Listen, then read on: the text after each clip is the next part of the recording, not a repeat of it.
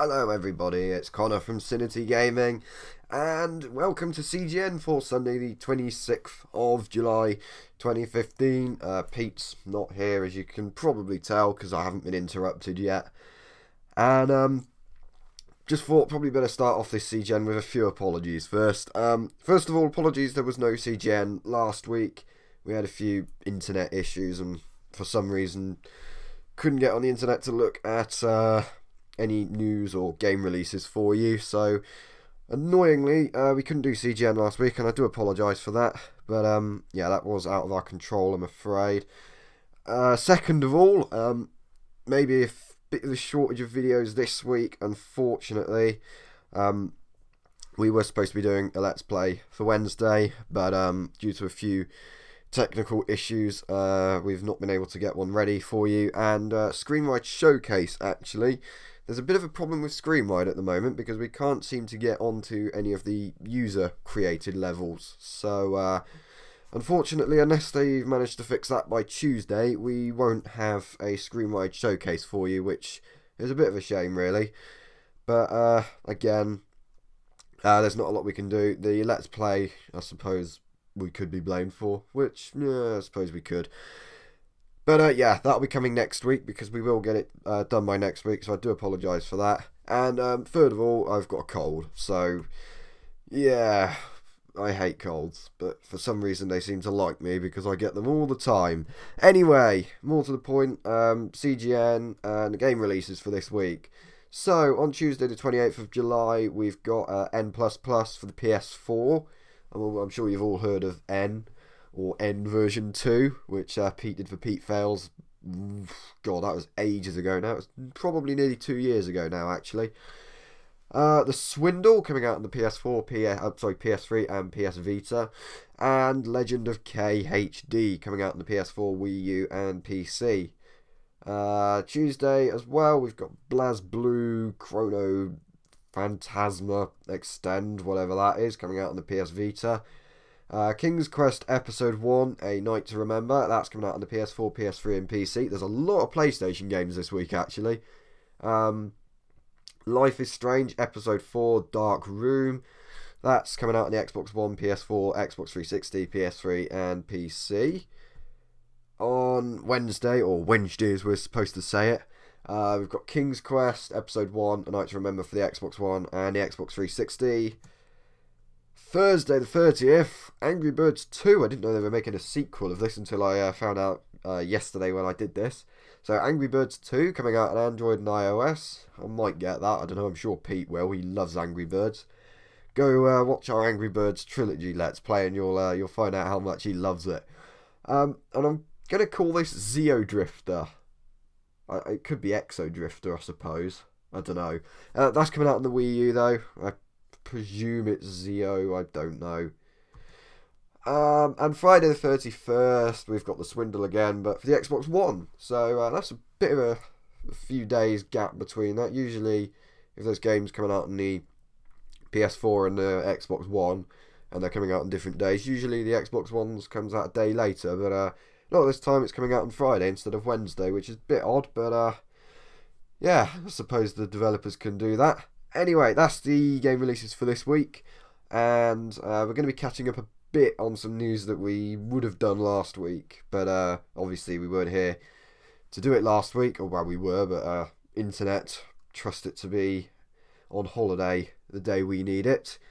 So yes, this one is a few weeks old now, but sorry, I don't know how to pronounce his first name, but I'm going to say Satoru Iwata dies aged 55. So you might be wondering who is this. Yeah, I'll explain all that.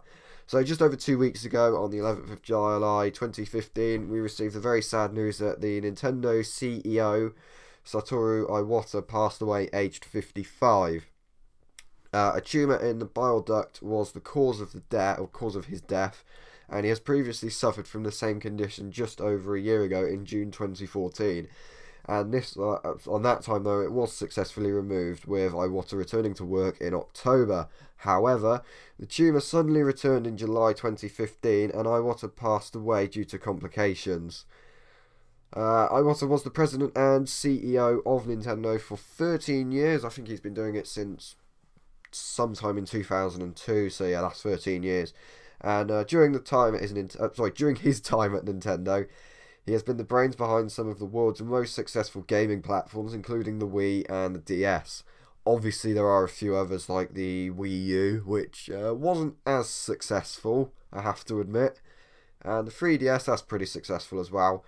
He might also be the brains behind the upcoming one that's coming out sometime. They've announced that they're currently developing it, but I think at the moment, is it just... I can't even remember what the name of it is. Is it like the new Nintendo? I can't remember. I'm not even going to say because I'll get it wrong. So yeah, he's been involved with making quite a few things. Iwata's funeral was held on the 17th of July, and at present, his now vacant position at Nintendo is yet to be filled. So they, as far as I know, as far as I've read, they haven't actually got a new president and CEO of Nintendo yet. I think there are a few contenders for it. A few people have been saying, oh yeah, he's going to get it, but nothing has officially been announced yet by Nintendo. So yeah, that's quite sad news, because obviously he's been behind a few successful projects and products, and yeah, we'll have to just see who and how the new Nintendo CEO will perform as well. Moving on, Pixel's movie received negative reviews. Now, you might be wondering why we're talking about movies in CGN. Pixels is a movie based on video games, mainly Pac-Man, I think. So, yeah, I was kind of looking forward to this video, but I've seen some of the reviews, and let's be honest, they're not great. So anyway, the video game themed sci-fi film Pixels has so far received many negative reviews and lots of criticism since its launch in US cinemas on the 24th of July, which was only a couple of days ago actually.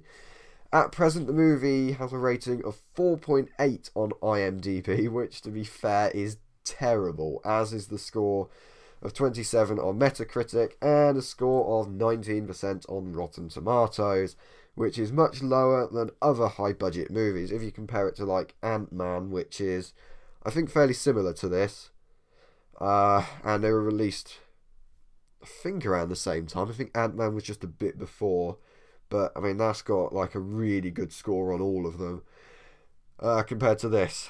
Which is a bit of a shame, really. It's not just the critics, though, that have given the movie negative reviews, with other users also giving rather negative reviews regarding the movie. So far, the user score on Metacritic is a rather low 4.3, with a mixture of positive, mixed, and negative reviews. That's not the lowest score I've seen, admittedly. I think the lowest score I've ever seen on Metacritic is Call of Duty Ghosts. I don't think you can get any lower than that, to be fair. I'm just telling the truth, not my opinions. I think Ghost is an alright game. I think it probably does deserve a bit more of a higher rating than 2 point whatever it was. But yeah, they're both quite lowly rated. The movie has not yet been released in the UK, and it's due to launch in cinemas on the 12th of August in UK cinemas. However, for those of you who are really keen to see it, Cineworld are holding a 3D screening at most of their cinemas on the 28th of July, exclusively for unlimited card holders. So if you're not like me and you have an unlimited card at Cineworld, lucky you, you can go and see it on the 28th of July, which is a couple of weeks before it's supposed to be released. So that's not bad, actually. So well done, Cineworld, for that. You're, I think, a bit ahead of you and Odeon, in my opinion. Even if I did have an unlimited card, though, I'd probably be tempted not to go and see this one, since it's in 3D, and I cannot stand 3D. So, yeah, that's all for that one. And finally, Rise of the Tomb Raider will come to PS4 and PC. So a lot of people will be pleased to hear this. So almost a year ago, it was reported that the upcoming Tomb Raider title, Rise of the Tomb Raider, would be an Xbox exclusive title. However, we recently learned that this is only a timed exclusive, with the game also planned to launch on PS4 and PC. This is good news for Tomb Raider fans on PlayStation and PC. However, there is some bad news too. The bad news is that the PS4 version will launch 1 full year later than the Xbox One's version, which is quite a long time. Yeah, I think if I was a Tomb Raider fan and I had a PlayStation, I'd go and get an Xbox One. I wouldn't want to wait a year. But I suppose that's what they get for nicking COD from Xbox for the DLC. So, yeah.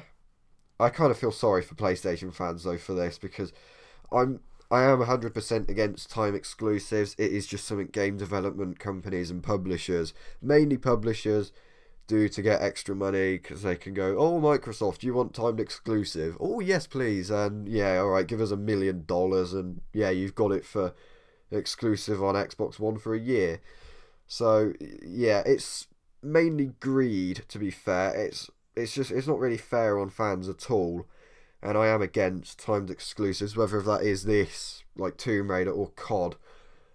And I'm not one of those people to go around rubbing it in people's faces like, oh yeah, we can play the new COD DLC tonight and you can't, you got to wait a month.